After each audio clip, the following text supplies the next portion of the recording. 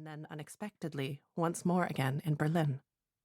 I became a mother in this time, felt my own relations to the world cleave open and rearrange themselves. The pieces very roughly track these seasons of life, and like seasons, their timelines loop and loop again. As I write this note to you, the cold season is upon us.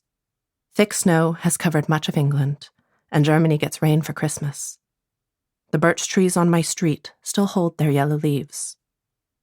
These are essays written for a world in motion. Plants that in dispersal might teach us what it means to live in the wake of change. 1. Margin. Margin, 2021. It is April, mid-morning on a Wednesday, and I have come to the pond alone. 3 months I've been away from this water, quiet in my apartment. I'm no longer inured to the cold, so when I step down the ladder, I hesitate. Cold pools around my ankles, and then my feet disappear into black. The pond is clear, a sign that the sediment that normally hangs in the water has settled. Filling my throat with air, I lower myself in and turn towards the distance. As I swim out, I veer into the shallows, beneath the willow, where my legs brush shoreline weeds.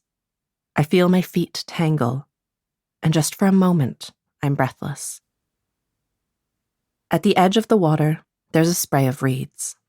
In springtime, they've not yet reached their full height, growth still slowed by lingering cold.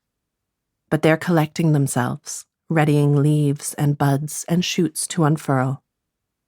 These are marginal plants, those grown at the edge of the water, at the border between land and lake. Theirs is a territory blurred and impermanent, contracting with heavy rains, starved of life with summer droughts. I watch these margins as I swim. To speak of margins is to speak of edges, of borders, a word that tastes of paper but also of place. 3 generations of my family have lived as migrants, each with very different fortunes.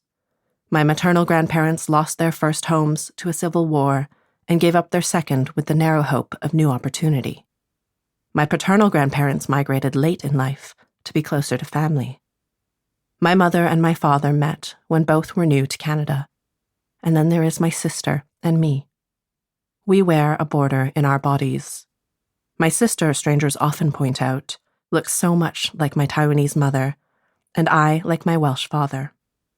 My sister has stayed in the town we grew up in, and I have not stopped moving. I have made and left homes every few years, always learning somehow to begin anew. Plants that grow on the edge between 2 kinds of environments are asked to be agile, to belong not just to a world of water, but to dry land as well. There are other beings too that have this agility. Those we've uprooted and carried across global currents, those we class as other to the place in which they find themselves. Plants are often considered static.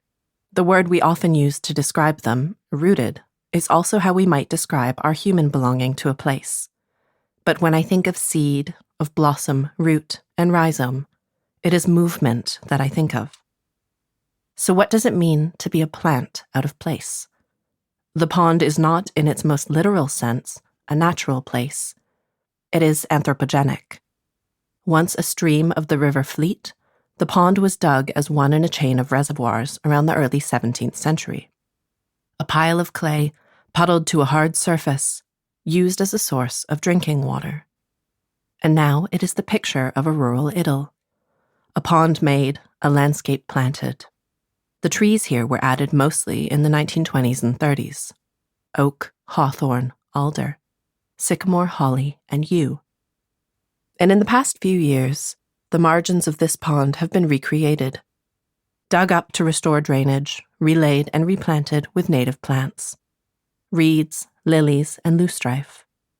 It is a place designed and maintained to look the way it does. Picturesque. When I swim here, I find myself in an idealized vision of the English landscape.